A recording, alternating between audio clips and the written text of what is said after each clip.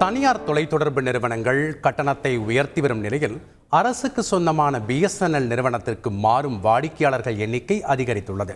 இது பற்றிய செய்தி தொகுப்பை பார்க்கலாம். துவக்கத்தில் சலுகைகள் பல வழங்குவது போல் வழங்கி வாடிக்கையாளர்களை தன் பக்கம் இழுத்துக் கொண்டன தனியார் தொலைத்தொடர்பு நிறுவனங்கள் பல. அப்போதெல்லாம் தனியாருக்கு நிகராக தொலைத்தொடர்பு வசதியை அளிக்க முடியாததால் அரசு நிறுவனமான பிஎஸ்என்எல் வாடிக்கையாளர்களை இழந்து கடன் சுமையிலும் சிக்கித் தவித்தது. ஆனால் நிலைமை இப்போது தலைகீழாக மாறிவிட்டது. ஆம், தனியார் தொலைத்தொடர்பு நிறுவனங்கள் பலவும் தற்போது கட்டணத்தை சகட்டு மேனிக்கு உயர்த்தி வருகின்றன.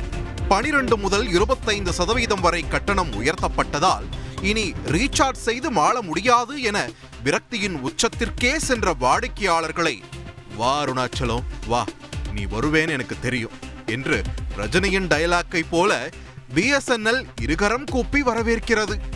2 வாரங்கள்தான் 28 லட்சம் புதிய வாடிக்கையாளர்கள் கிடைத்துள்ளனர் பிஎஸ்என்எலுக்கு. மற்ற நெட்வொர்க்கோட பிஎஸ்என்எல் நெட்வொர்க் இப்போ நல்லா இருக்கு. இப்போ முன்னோட எல்லாம் நல்லா பண்ணிட்டாங்க. முன்ன பழைய மாதிரி இல்லை. ஸோ அவங்க பிஎஸ்என்எல் சிம் வாங்கலாம், புதுசாக எல்லாமே நம்பி வாங்கலாம். இந்த எண்ணிக்கை வரும் நாட்களில் நிச்சயம் மேலும் உயரும் என்றே எதிர்பார்க்கப்படுகிறது. அதிலும் தனியார் நிறுவனங்களில் கட்டண உயர்வு நடைமுறைக்கு வந்ததில் இருந்து மட்டும் கிட்டத்தட்ட 3 லட்சம் பேர் மற்ற நிறுவனங்களில் இருந்து பிஎஸ்என்எலுக்கு மாறியுள்ளனராம். தனியார் நிறுவனங்களைப் போல் அல்லாமல் பிஎஸ்என்எல்லில் இருப்பவை மலிவு விலை திட்டங்கள். இதுதான் வாடிக்கையாளர்களை ஈர்க்க முக்கிய காரணம். ரேட்டு ரொம்ப சீப்பு சார். ரேட்டு தான் நெட்வொர்க் தான் இப்போ தான் யோசிக்கணும் சார். இனிமேல்ட்டு தான் நெட்வொர்க் எப்படி இருக்கணும், நல்லா இருக்குன்னு ஒரு நம்பிக்கையில் தான் மாறிட்டு வந்திருக்கேன். ரேட் ரொம்ப சீப்பு. ரேட்டு ரொம்ப சீப்பு. அது பரவாயில்ல. இது ரேட்டுக்காக நம்ம வரலாம். நெட்வொர்க் இதே மாதிரி நெட்வொர்க் கரெக்டாக கிடச்சிதுன்னா எந்த ப்ராப்ளம் இருக்காது சார். எல்லாமே பிஎஸ்என்எல் மாறிடுவாங்க. அதே சமயம் பல இடங்களில் பிஎஸ்என்எல் சிக்னல் சரிவர கிடைப்பதில்லை, இணைய வேகம் குறைவாக உள்ளது போன்ற குறைகளும் முன்வைக்கப்பட்டு வருகின்றன.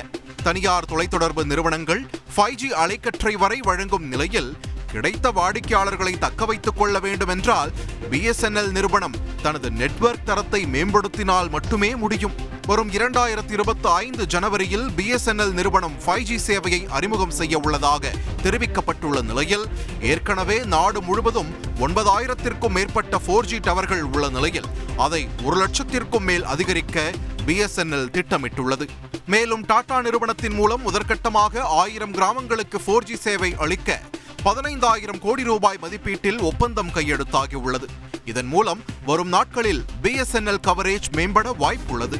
பிஎஸ்என்எல் எந்த விலையை இதுவரைக்கும் உயர்த்தல. அதுக்கு காரணம் பிஎஸ்என்எல் என்பது ஒரு பொதுத்துறை நிறுவனம், சேவைதான் பிரதானம் என்ற அடிப்படையில் விலையை உயர்த்தாம நாங்கள் இருக்கிறோம். சென்னையில் ஒரு 2000 டவர்ஸ் புதிதாக 4G அண்ட் 5Gக்கு சேர்த்து போடப்படுகிறது.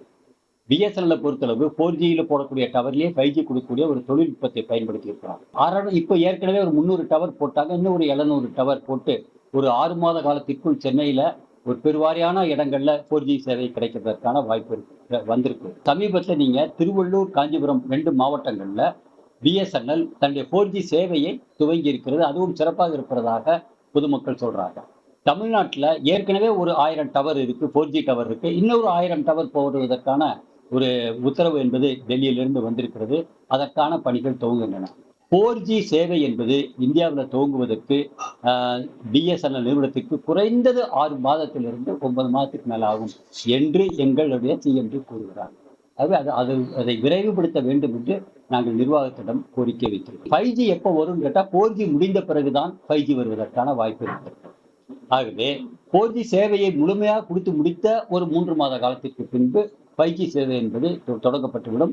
நாடு முழுவதும் 5G சேவையை பிஎஸ்என்எல் கொடுக்க முடியும். இந்த நிறுவனங்கள் எல்லாம் மக்களிடமிருந்து விலையை உயர்த்தி கொள்ளையடிக்கின்றன.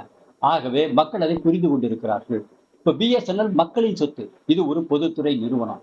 இந்த நிறுவனத்துக்கு வந்தா இது கிடைக்கக்கூடிய லாபம் எல்லாம் யாருக்கு போகும்னா தனியார் பாக்கெட்டுக்கு போகாது, போறது போல போகாது, அரசாங்கத்திற்கு கிடைக்கும். குறைந்த கட்டணத்தில் நிலையான தொலைத்தொடர்பு சேவையை அளித்து வாடிக்கையாளர்களை தக்க வைக்கும் பட்சத்தில் பொதுத்துறை நிறுவனமான பிஎஸ்என்எல் மென்மேலும் வளரும் என்பதே அனைவரின் கருத்தாக உள்ளது. தந்தி டிவி செய்திகளுக்காக ஒளிப்பதிவாளர் நெப்போலியனுடன் செய்தியாளர் தாயுமானவன். செய்திகளை உடனுக்குடன் தெரிந்து கொள்ள உடனே சப்ஸ்கிரைப் பண்ணுங்க.